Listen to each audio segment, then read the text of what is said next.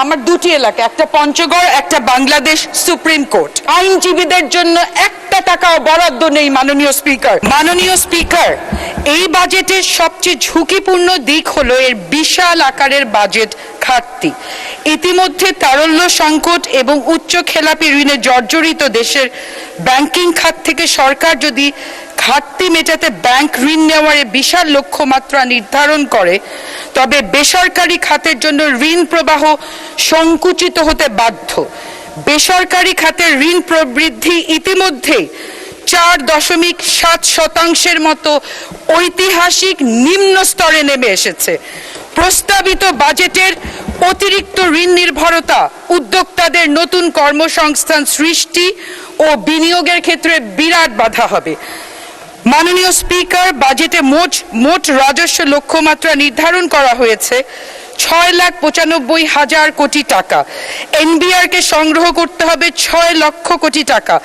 বিগত বছরগুলিতে প্রকৃত কর আদায় চিত্র বিশ্লেষণ করলে দেখা যায় এনবিআর কে লক্ষ্যমাত্রা পূরণে অতিরিক্ত প্রায় 2.45 লাখ কোটি টাকা সংগ্রহ করতে হবে, যা অর্থনৈতিক মন্দা ও কর প্রশাসনের দুর্বল প্রাতিষ্ঠানিক কাঠামোর কারণে কোনোভাবেই সম্ভব না।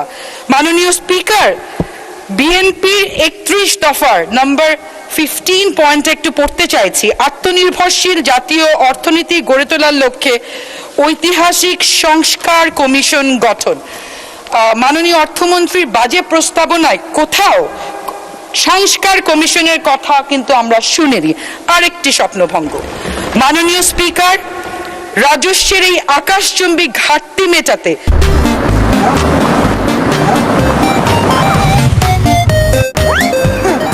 বাজেটে মূল্য সংযোজন কর, ভ্যাট ও পরোক্ষ করের উপর অন্যায্য জোর দেওয়া হয়েছে, যা অতিরিক্ত সংগৃহীত রাজস্বের 41.2% পূরণ করবে বলে আশা করা হচ্ছে। কিন্তু এই পরোক্ষ করে মধ্যবিত্ত ও নিম্ন মধ্যবিত্ত মানুষের উপরে এক নির্মম আঘাত হবে। বাজেটের পরের দিন দাম বাড়ার কিছু নাই, কারণ গত 2 মাস ধরেই দ্রব্যমূল্যের ঊর্ধ্বগতি।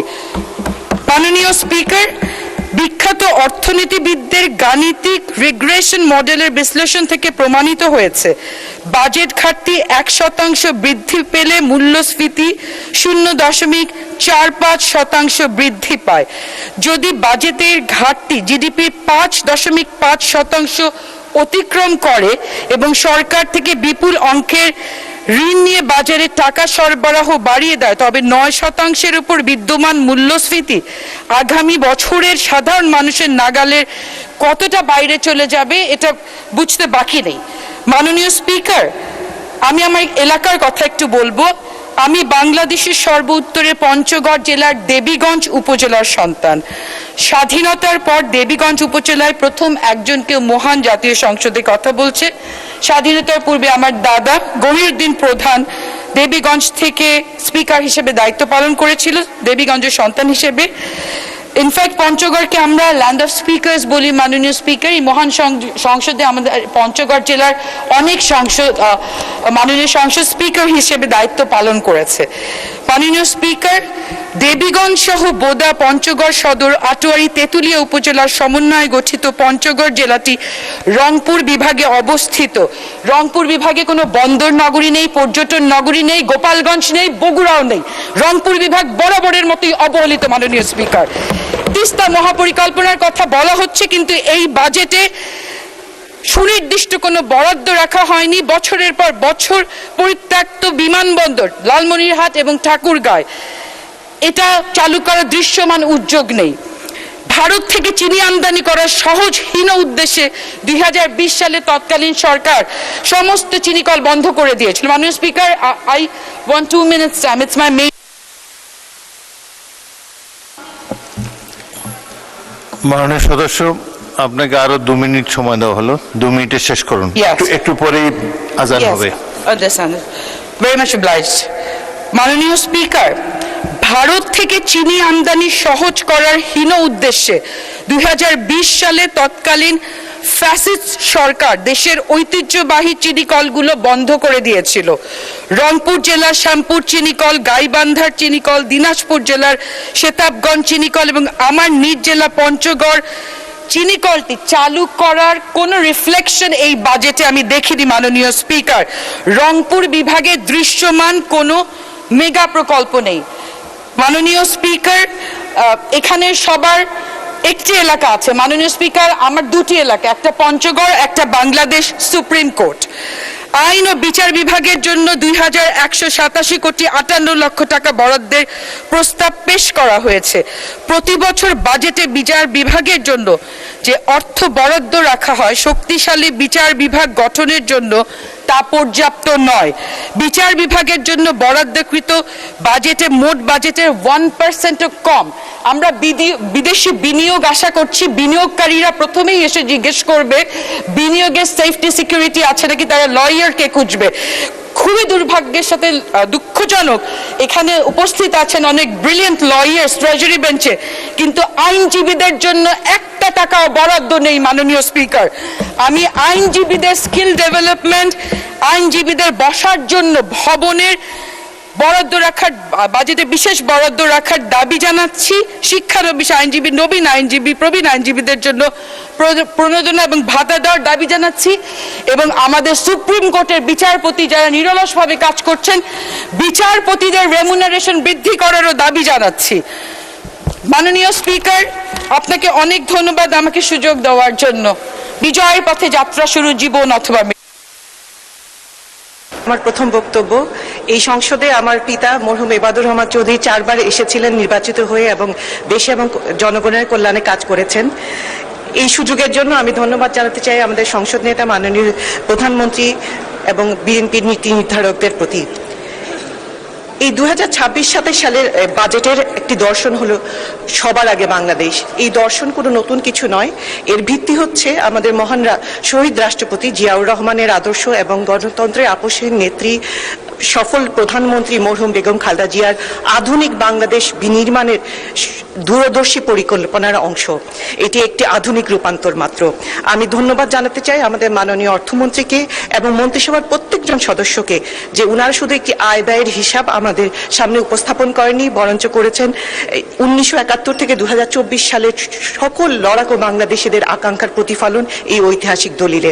কিন্তু দুঃখজনক হচ্ছে যখন আমরা আমাদের বিরোধী দলীয় সংসদদের কাছ থেকে এই বাজেটের আলোচনাতে অংশগ্রহণ দেখছি, আমার দুঃখ লাগে যে ওনারা প্রিন্সিপাল বা টেকনিক্যাল লেভেলে কোনো অ্যানালাইসিস না করে ওনারা কথার ফুলঝুরি জ্বালাময়ী বক্তব্য দিয়ে সময়টাকে পার করছেন।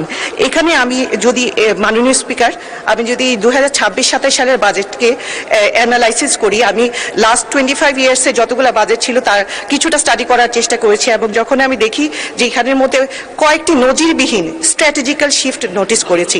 এর মধ্যে যেটা মেজর আমি বলবো সেটা হচ্ছে ইনস্টিটিউশনাল রিফর্ম এবং যে ডিরেগুলেশনের ফোকাসটা।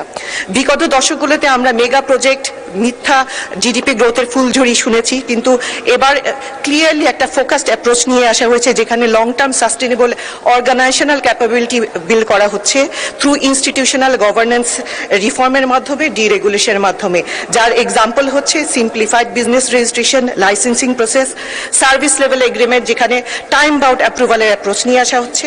এছাড়া আমরা দেখছি সামষ্টিক অর্থনীতির একটা স্ট্রাকচারাল ওভারহল যেখানে কাগজে মুদ্রা ছাপানো বন্ধ করে ধীরে ধীরে আমাদের বেসরকারি খাতের বিনিয়োগে উৎসাহিত করার জন্য ঋণ ব্যবস্থার সম্পূর্ণ রিস্ট্রাকচারিং। এছাড়া যেটা সবচেয়ে লক্ষণীয় হচ্ছে মানব সম্পদে আমাদের একটা আগ্রাসী বিনিয়োগের প্রচেষ্টা, যেটা অ্যাকচুয়ালি আমাদের দক্ষিণ এশিয়ার প্রত্যেকটা কান্ট্রির সাথে যদি আমি কম্পেয়ার করি এটা একটা যুগান্তকারী দৃষ্টান্ত স্থাপন করতে যাচ্ছে। কারণ আমাদের বাজেটে একটা বিশাল অংশ 29.7% আমরা সামাজিক খাতে বরাদ্দ রাখা হয়েছে এবং ধীরে ধীরে লক্ষ্য ধারণ করা হয়েছে যেখানে শিক্ষা এবং স্বাস্থ্যকারে 5% করে উন্নীত করা হবে, যেটা আমাদেরকে একটা economy based, knowledge based economy এবং মিডল ইনকাম ট্র্যাপ থেকে বের হতে সাহায্য করবে। মাননীয় স্পিকার, আমি হার্ভার্ড বিজনেস স্কুলের ছাত্রী, তাই যখন এই বাজেটটা পড়াশোনা করার চেষ্টা করেছি আমি চেষ্টা করেছি যে কিছু ফেমাস কনসেপ্টের সাথে এটাকে কম্পেয়ার করার।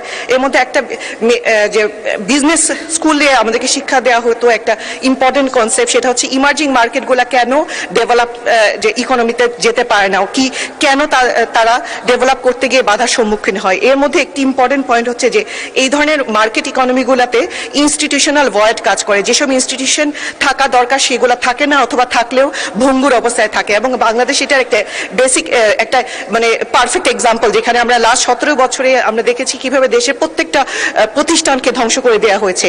এর সলিউশন অবশ্যই এই বাজেটের মধ্যে আমি নোটিস করেছি, যেখানে আমাদের ইনস্টিটিউশনগুলো কিভাবে ক্যাপাবল করে তোলা যায় তার একটা লং টার্ম প্রপার প্ল্যানিং হয়েছে। এছাড়া আরেকটি কনসেপ্টের কথা আমি বলতে চাই, সেখানে হচ্ছে যে একটি অর্গানাইজেশন বা একটি দেশ পিছিয়ে পড়বে সে যদি শুধুমাত্র বর্তমানকে নিয়ে থাকে, তাকে চিন্তা করতে হবে ভবিষ্যতে কিভাবে পৃথিবীটা বদলাচ্ছে এবং তার সাথে তাকে অ্যাডজাস্ট করতে হবে। এটাকে বলা হয় অ্যাম্বিডেক্সট্রিটি কনসেপ্ট। সো এটা যদি আমি ন্যাশনাল লেভেলে নিয়ে আসি, এটাকে কনসেপ্টটা খুব কঠিন শোনালেও আসলে খুব কঠিন নয়। যেটা হচ্ছে যে আমাদেরকে কারেন্ট যে আমাদের স্ট্রেংথ আছে তাকে এক্সপ্লয়েট করতে হবে টু দ্য ম্যাক্সিমাম লেভেল, যেটা আমাদের আরএনজি সেক্টর আছে, আমাদের হিউম্যান যে আমাদের যে আমরা স্কিল ফোর্স আমাদের আছে তা, এটাকে আমাদের পারফেক্ট এক্সপ্লয়টেশন থেকে ইমপ্রুভ করতে হবে এবং আমাদের এক্সপ্লোরেটিভ ইকোনমির দিকে যেতে হবে।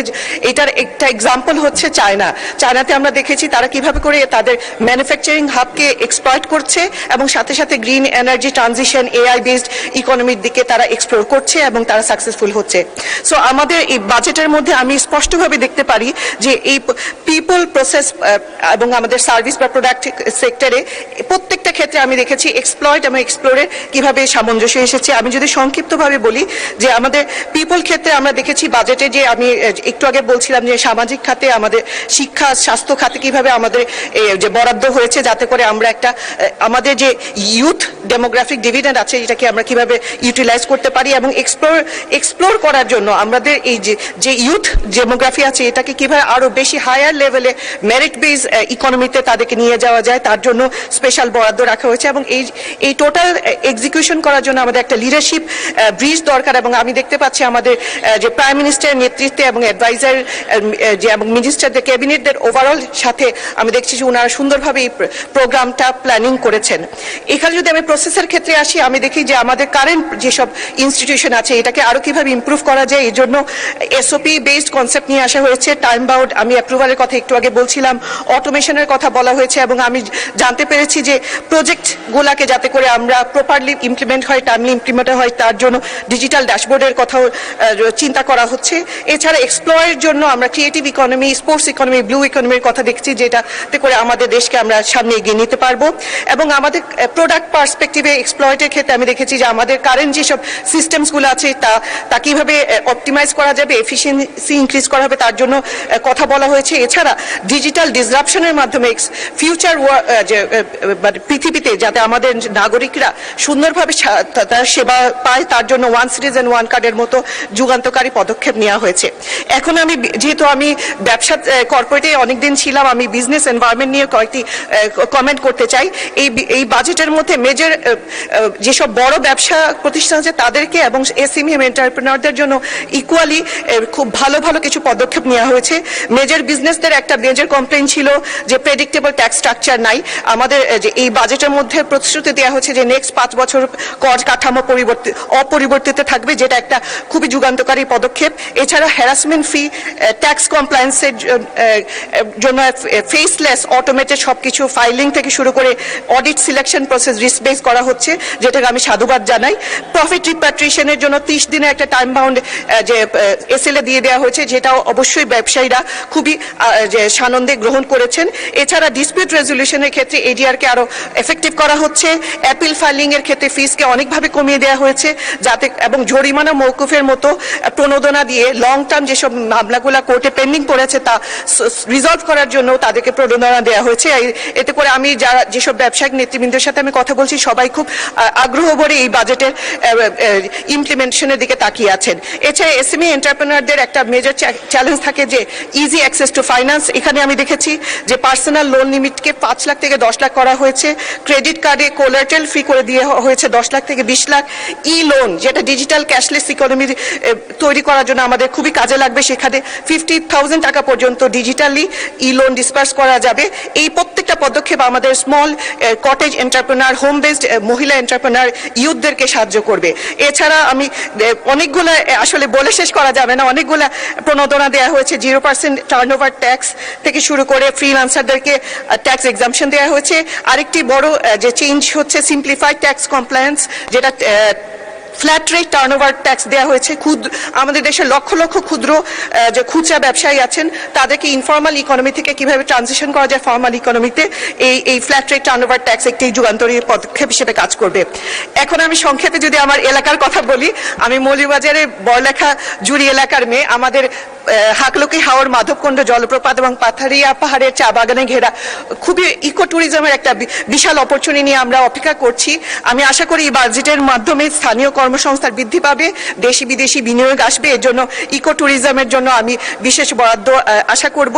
এছাড়া 17 বছরে আমাদের এই এলাকাতে 17 বছর আগে আমার বাবা যে কাজগুলো করে গিয়েছিলেন, কিন্তু দুঃখজনক হচ্ছে এই 17 বছর আমরা অনেক বড় বড় টাইটেল পেয়েছি, মন্ত্রী পেয়েছি, কিন্তু আসল কাজ হয়নি। যা ছিল তাও ধ্বংসের কোনায়। আমাদের এখানে পাহাড়ি দুর্গম এলাকা আছে, বুবারতলের মতো এলাকা, যেখানে রাস্তার অবস্থা খুবই নাজুক।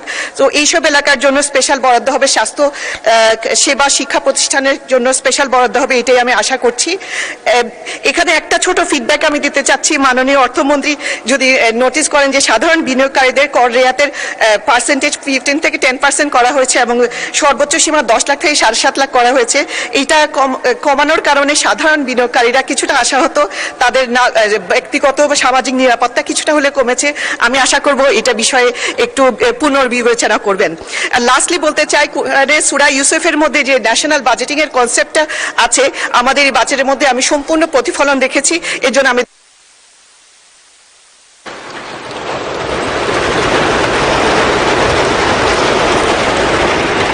মাননীয় সংসদ সদস্য, আমি আপনাদের উদ্দেশ্যে একটা কথা বলতে চাই।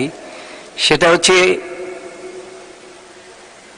একজন নারী সদস্য এই মাত্র যে বক্তব্য রাখলেন, তিনি প্রকৃতপক্ষেই এবাদুর রহমান চৌধুরী সাহেবের যে কন্যা, এটা তিনি প্রমাণ করেছেন তার বক্তব্যের মাধ্যমে। এজন্য তিনি ধন্যবাদ পাওয়ার যোগ্য। এবারে বক্তব্য রাখবেন